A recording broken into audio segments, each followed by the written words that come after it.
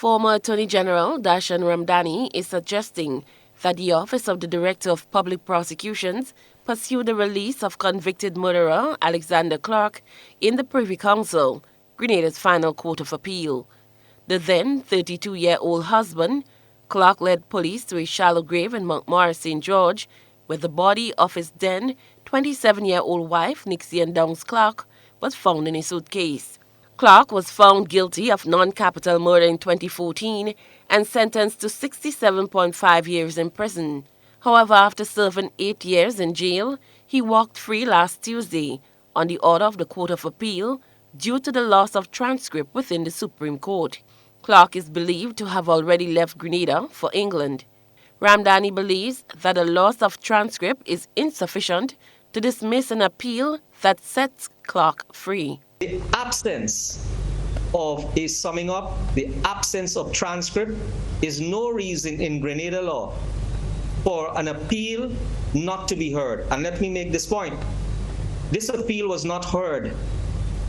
The Court of Appeal did not hear this appeal, but considered that the missing transcript meant they could not hear it. I do believe that the Office of the DPP ought to consider filing an appeal in this matter. This man has not been set free from the conviction.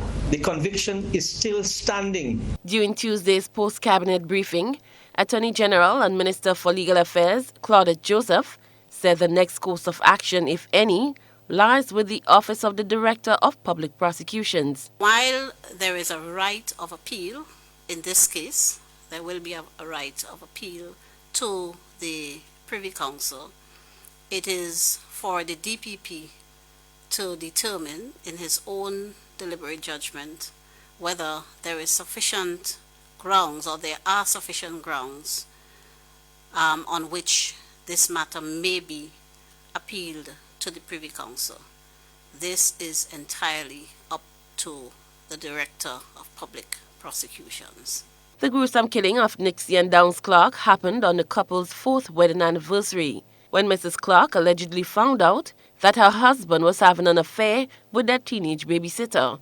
The then 17-year-old student was subsequently used by the prosecution as a key witness, and no charges were brought against her.